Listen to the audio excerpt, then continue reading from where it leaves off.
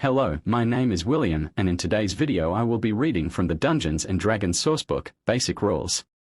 Specifically, I will be covering the first race, the Dwarf. Dwarf. "You're late, elf," came the rough edge of a familiar voice. Bruin a battlehammer walked up the back of his dead foe, disregarding the fact that the heavy monster lay on top of his elven friend. In spite of the added discomfort, the dwarf's long, pointed, often broken nose and grey-streaked though still fiery red beard came as a welcome sight to Drizzt. "Knew I'd find ye in trouble if I came out and looked for ye. Salvatore, the crystal shard.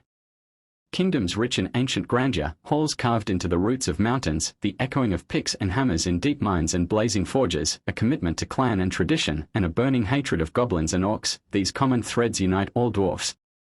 Short and stout. Bold and hardy, dwarfs are known as skilled warriors, miners, and workers of stone and metal. Though they stand well under 5 feet tall, dwarfs are so broad and compact that they can weigh as much as a human standing nearly 2 feet taller. Their courage and endurance are also easily a match for any of the larger folk. Dwarven skin ranges from deep brown to a paler hue tinged with red, but the most common shades are light brown or deep tan, like certain tones of earth. Their hair, worn long but in simple styles, is usually black, grey, or brown, though paler dwarfs often have red hair. Male dwarfs value their beards highly and groom them carefully. Long memory, long grudges. Dwarfs can live to be more than 400 years old, so the oldest living dwarfs often remember a very different world.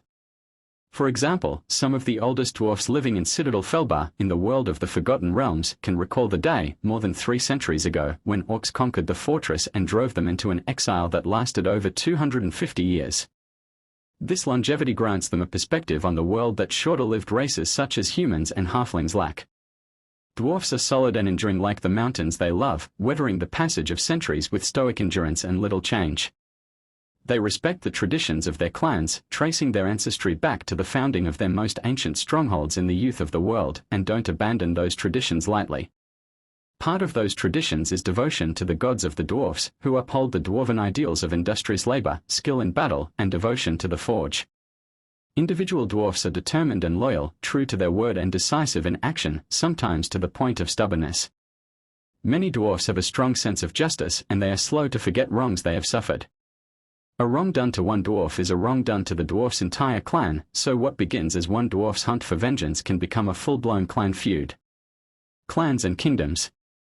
Dwarven kingdoms stretch deep beneath the mountains where the dwarfs mine gems and precious metals and forge items of wonder. They love the beauty and artistry of precious metals and fine jewelry, and in some dwarfs this love festers into avarice. Whatever wealth they can't find in their mountains, they gain through trade. They dislike boats, so enterprising humans and halflings frequently handle trade in dwarven goods along water routes. Trustworthy members of other races are welcome in dwarf settlements, though some areas are off-limits even to them. The chief unit of dwarven society is the clan, and dwarfs highly value social standing. Even dwarfs who live far from their own kingdoms cherish their clan identities and affiliations, recognize related dwarfs, and invoke their ancestors' names in oaths and curses. To be clanless is the worst fate that can befall a dwarf. Dwarfs in other lands are typically artisans, especially weaponsmiths, armors, and jewelers. Some become mercenaries or bodyguards, highly sought after for their courage and loyalty. Gods, gold, and clan. Dwarfs who take up the adventuring life might be motivated by a desire for treasure, for its own sake, for a specific purpose, or even out of an altruistic desire to help others. Other dwarfs are driven by the command or inspiration of a deity, a direct calling, or simply a desire to bring glory to one of the dwarf gods. Clan and ancestry are also important motivators. A dwarf might seek to restore a clan's lost honor, avenge an ancient wrong the clan suffered, or earn a new place within the clan after having been exiled. Or a dwarf might search for the axe wielded by a mighty ancestor, lost on the field of battle centuries ago. Slow to trust. Dwarfs get along passably well with most other races. The difference between an acquaintance and a friend is about 100 years, is a dwarf saying that might be hyperbole, but certainly points to how difficult it can be for a member of a short-lived race like humans to earn a dwarf's trust. Elves. It's not wise to depend on the elves. No telling what an elf will do next. When the hammer meets the orc's head, they are as apt to start singing as to pull out a sword. They are flighty and frivolous. Two things to be said for them, though: they don't have many smiths, but the ones they have do very fine work. And when orcs or goblins come streaming down out of the mountains, an elf's good to have at your back. Not as good as a dwarf, maybe, but no doubt they hate the orcs as much as we do. Halflings. Sure, they are pleasant folk. But show me a halfling hero. An empire, a triumphant army. Even a treasure for the ages made by halfling hands. Nothing. How can you take them seriously? Humans. You take the time to get to know a human, and by then the human's on her deathbed. If you're lucky, she's got kin, a daughter or granddaughter, maybe, who's got hands and heart as good as hers. That's when you can make a human friend. And watch them go. They set their hearts on something, they'll get it, whether it's a dragon's hoard or an empire's throne. You have to admire that kind of dedication, even if it gets them in trouble more often than not. Dwarf names. A dwarf's name is granted by a clan elder in accordance with tradition. Every proper dwarven name has been used and reused down through the generations. A dwarf's name belongs to the clan, not to the individual. A dwarf who misuses or brings shame to a clan name is stripped of the name and forbidden by law to use any dwarven name in its place. Male names: Adric, Albrich, Ben, Barrand, Brodder, Bruiner, Dane, Darrick, Delg, Eberk, Einkel, Fargrim, Flint, Gardane, Harbeck, Kildrak, Morgran, Orsic, Oscar, Rangrim, Rurik, Taklin, Thoradin, Thorin, Tordek, Trauben, Travik, Ulfgar, Veet, Vondal. Female names: Amber, Arden, Orthild, Bardrin, Dagnall, Diessa, Eldith, Forkrun, Finellen, Gunloader, Gerdes, Helga, Lynn, Cathra, Kristrid, Ilda, Liftrasa, Mardrid, Rizwin, Sanel, Torbera, Torga, Vistra. Clan names: Baldurk, Battlehammer, Braun Anvil, Dankel, Fireforge, Frostbeard, Gorun, Holderheck, Iron Fist, Loda, Lutga, Rumnaheim, Strakeln, Torun, Ungart. Dwarf traits. Your dwarf character has an assortment of inborn abilities, part and parcel of dwarven nature. Ability score increase. Your constitution score increases by 2. Age. Dwarfs mature at the same rate as humans, but they are considered young until they reach the age of 50. On average, they live about 350 years. Alignment. Most dwarfs are lawful, believing firmly in the benefits of a well-ordered society. They tend toward good as well, with a strong sense of fair play and a belief that everyone deserves to share in the benefits of a just order. Size.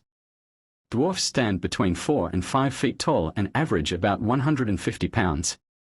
Your size is medium. Speed. Your base walking speed is 25 feet. Your speed is not reduced by wearing heavy armor. Dark vision. Accustomed to life underground, you have superior vision in dark and dim conditions. You can see in dim light within 60 feet of you as if it were bright light, and in darkness as if it were dim light. You can't discern color in darkness, only shades of gray. Dwarven resilience. You have advantage on saving throws against poison, and you have resistance against poison damage, explained in Chapter 9. Dwarven combat training. You have proficiency with the battleaxe, handaxe, light hammer, and warhammer. Tool proficiency. You gain proficiency with the artisan's tools of your choice, smith's tools, brewer's supplies, or mason's tools. Stone cunning. Whenever you make an intelligence history check related to the origin of stonework, you are considered proficient in the history skill and add double your proficiency bonus to the check, instead of your normal proficiency bonus. Languages. You can speak, read, and write Common and Dwarvish. Dwarvish is full of hard consonants and guttural sounds, and those characteristics spill over into whatever other language a dwarf might speak. Subrace. Two main subraces of dwarfs populate the worlds of D&D, hill dwarfs and mountain dwarfs. Choose one of these subraces. Hill dwarf. As a hill dwarf, you have keen senses, deep intuition, and remarkable resilience. The gold dwarfs of Faerun in their mighty southern kingdom are hill dwarfs, as are the exiled Nidar and the debased Klar of Krynn in the Dragonlance setting. Ability score increase. Your wisdom score increases by 1. Dwarven toughness. Your hit point maximum increases by 1, and it increases by 1 every time you gain a level. Mountain dwarf. As a mountain dwarf, you're strong and hardy, accustomed to a difficult life in rugged terrain. You're probably on the tall side, for a dwarf, and tend toward lighter coloration. The Shield Dwarfs of Northern Faerun, as well as the ruling Hyla clan and the noble Daewar clan of Dragonlance, are mountain dwarfs. Ability score increase. Your strength score increases by 2. Dwarven armor training. You have proficiency with light and medium armor. Duergar. In cities deep in the Underdark live the Duergar, or Grey Dwarfs. These vicious, stealthy slave traders raid the surface world for captives, then sell their prey to the other races of the Underdark. They have innate magical abilities to become invisible and to temporarily grow to giant size. That concludes our video on the dwarf. If you enjoyed this video, please remember to hit the like and sub buttons. Please leave your comments below and stay tuned for the next episode of the